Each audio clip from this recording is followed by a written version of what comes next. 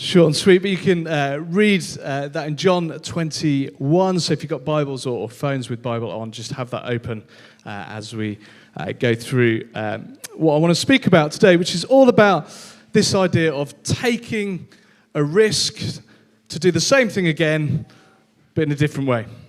So like we said, we're in 7 weeks between Easter and Pentecost, where Jesus' disciples encountered the risen Jesus, the one whom they thought had died, was risen from the tomb, and he appeared to them several times. And these 7 weeks were 7 weeks where they grew in courage and were sent and given all they needed to go and share the good news of Jesus with the world around them. So this week, week 2 of our 7, we're looking at taking a risk. And I wonder, what's the biggest risk that you feel you've ever taken?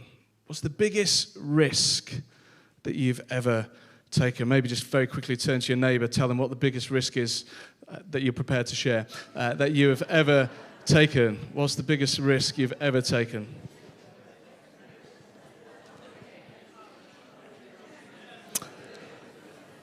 Okay, that'll do.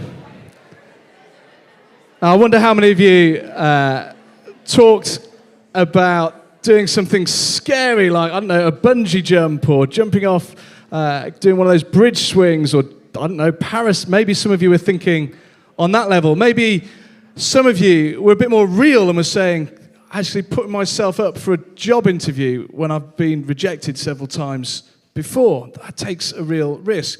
Perhaps some of you are more romantic in nature and when, after a relationship's broken down, putting myself out there again. Maybe that for you felt like a big risk. But I wonder sometimes if some of the things that feel like the biggest risk are the things that you go back to, something that didn't quite work out the first time you tried it. And so there's a risk in going back and potentially failing or it not working or it not coming through again. Now, I remember very clearly learning to ride a bike. I remember as a kid learning to ride a bike, and I remember it not going very well. It wasn't this bike, because that would explain why it didn't go very well, because it's big and I was a kid. But I remember learning to ride a bike. And I remember having an alley in our back garden, thank you, Vicky, that was probably about the size, so I realise this is a nightmare for those of you on camera, it was literally an alley about this big. I remember going backwards and forwards, trying to ride my bike on this alley and falling off and grazing my knees. And I would turn around and I would take the risk again and I'd try and do it, and inevitably I would fall off again. It was an absolute nightmare. You all right? It's fine. Don't worry about it. And I remember thinking and saying to my dad, after I came off and grazed my knee for about the 7th time, I'm giving up. I don't need to ride a bike. You've got a car. I'm not going to keep learning to do this. And I remember my dad coming out and going, come on, get back on. Give it one more try. And what he did is he looked at how I was setting off. And I'm right-handed. And what I was doing is I was setting off with my right foot on the floor and trying to push on the pedals with my left. And he said, well, your right foot's the strongest, so why don't you try swapping around, putting your left foot on the floor. This won't work because I've broken the chain just now. And then setting off with your right foot instead. In other words, why don't you... Thanks, Vix. If you want to take that down to Halford so they can sort that out.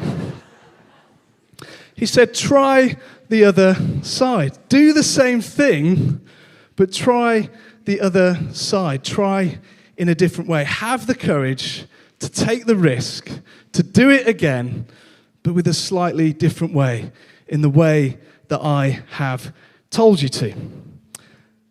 And sometimes when we take a risk, we find the opposite from what we expect. We expect maybe to fail again or it not to work, but suddenly one pedal turns and then the other, and before you know it, suddenly you're off, you're bunny hopping into the utility room, you're going down the steps into the garage, and you're free out into the streets of Sheffield with a freedom and an exhilaration you didn't know was possible. And in our Bible reading today, we join Peter and some of the disciples out fishing. And we see Jesus saying, I think, guys, it's time to get back on your bike. This is post-Jesus resurrection. He's already appeared to them once, but they've been out all night fishing, doing what before they met Jesus, they used to do as their job. They were professionals. They knew what they were doing. And they'd been out all night. That wasn't abnormal. But they caught nothing. And as they're coming back in, tired and weary and frustrated, they see some bloke on the shore who pipes up, you don't want to do it like that. You want to do it like this. Throw your nets on the other side. Now, I don't know about you, but if I'd been out all night fishing, if I was tired, if I'd been a professional, and some geezer on the shore dares to tell me to throw my net to the other side, I'd be furious. I'd be frustrated. I wouldn't want to do what he said. Who's this person telling me this? But essentially, Jesus says two things to them. Firstly, he says, go again. Secondly, he says, do something that might seem pointless to you, but do it anyway. It would be far easier for the disciples not to do either. Why bother? It hasn't worked. Why take the risk? They've got some fish that's been kind of preserved with salt. They can have that for breakfast instead. Why take the risk? Why bother? But for whatever reason, they take the risk and they go again. And they do it this time the way that Jesus says. And sure enough, this time, their nets are full. Now, the disciples casting out their nets again and in a different way wasn't miraculous. The hauling in, it says they had so many fish to haul in. The hauling in of the fish wasn't miraculous. But the swell of fish in that particular place in the lake where they happened to drop their nets at that moment was miraculous.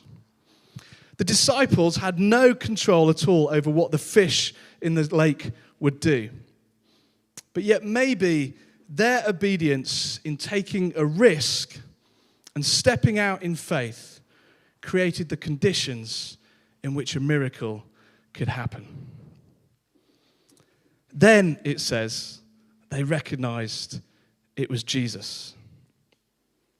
Notice Jesus doesn't say to them, cast your nets and you will catch loads of fish, 153 fish. He says, just cast your nets, full stop. But as they obey his command and as they risk a step of faith to go again, then something amazing happens. And I wonder whether Jesus is teaching his disciples here something more than 101 great fishing tips. If you remember, 3 years previous, when Jesus first called some of the disciples, he did a similar miracle. And he said to them, from now on, you won't be fishers of fish, you'll be fishers of people. Come and follow me. Live like me. Go and tell people about me. So they've done that for 3 years. But then the events of Easter happened. And understandably, the disciples were thinking, well, what's next? That didn't quite work out. I'll just go back to where it's safe and it's comfortable. Doing the things I used to do in the way I used to do them. Does the risen Jesus encounter the disciples to say, it's time to get back on your bike. It's time to go again. It's time to step out in faith. Take the risk of obedience again, and you'll see even greater miracles. My calling wasn't a mistake. My calling hasn't gone wrong, but go again. And some commentators, some people who write about this passage think that the 153 fish, because it's very specific, refers to the number of known nations in the world at that time. It refers to the whole world, catching the whole world. So is Jesus saying to the disciples, I called you to fish for people. Your conclusion has been it's ended badly. Let's not keep risking it. But now, This time, if you take the risk to obey my command, if you put into practice everything I've been teaching you for the last 3 years, if you're obedient, then you will now create the conditions for the miracle of all nations to come to know me. And that's what we see happen as the disciples are obedient. We read about it in Acts, in early church history, right up to the modern day. Is Jesus saying, you just go in obedience, let me worry about the rest? Is Jesus saying, I'm not asking you to figure it out, I'm just asking you to trust that I already have? Is this a moment where Jesus is sending his disciples out again? And so does Jesus want to do the same for us? In this season, does Jesus want to recommission us, resend us? We've come out of a period where life has been disrupted, and actually the danger is, like the disciples, whether out of tiredness or whether because we've actually ended up retreating back into ourselves and what is more comfortable and easier, that we need an encounter, a new encounter with Jesus, to be reminded of how he's created us and called us for far more than this. Do we again need to hear Jesus say, follow me, go tell others about me, cast your nets again, try the other side, risk obedience, take a step of faith. I am recommissioning you.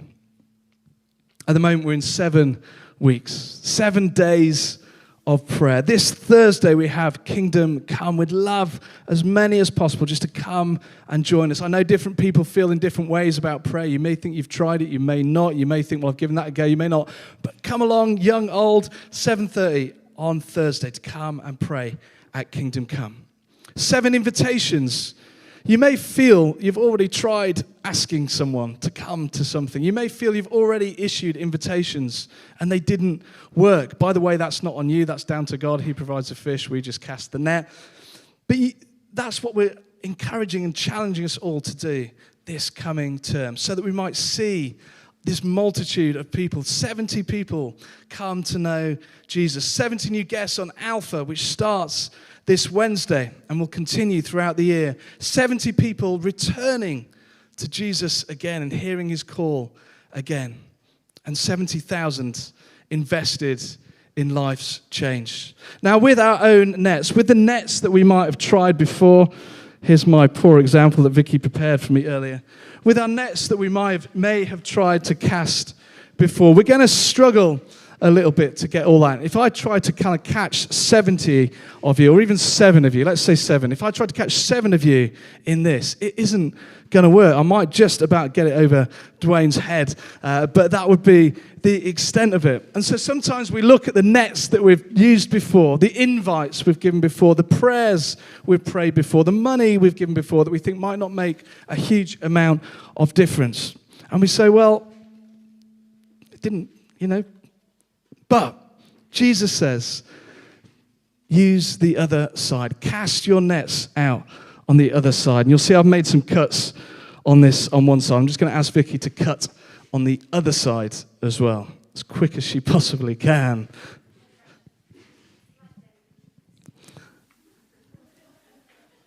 So we may have tried praying, and it doesn't feel like we've caught much. We may have tried inviting someone from school or work or a neighbor or a family or a friend, but people have said no. We may think £70,000, that is mental. My little bit won't make a dint in that. Or I can't afford to give.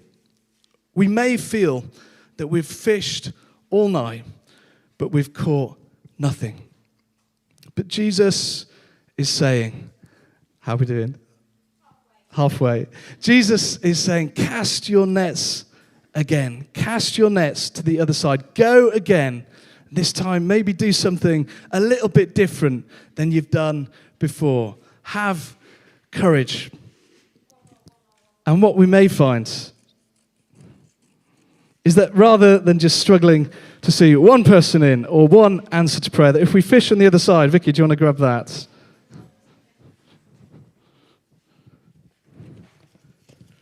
Is that suddenly our nets are bigger, and rather than just not even just catching Dwayne, but catching Dwayne and his whole family and Goodness knows what else. All answers to prayer, finance given.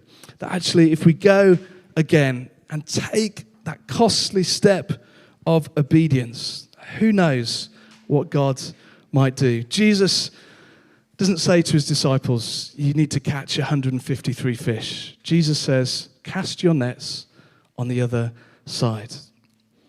Jesus performs the miraculous. But I wonder if the disciples, in their obedience, with a risk and a step of faith, create the conditions in which a miracle may happen.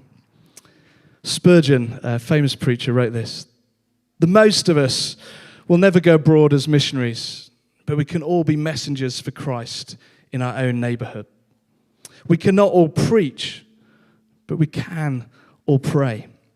We cannot all give loads of money, but we can each seek to fill the treasury of prayer. The question for each one of us to ask is, Lord, what would you have me do? What would you have me do? And so where, as we go through this series of 7, might Jesus be calling you to go again, to cast your net again, not worrying about the results. If you invite someone from school to come to Kids Cell, not worrying about whether they say yes. If you invite them to Alpha, not worrying about what the answer is, but just giving the invitation, praying and giving. Amen.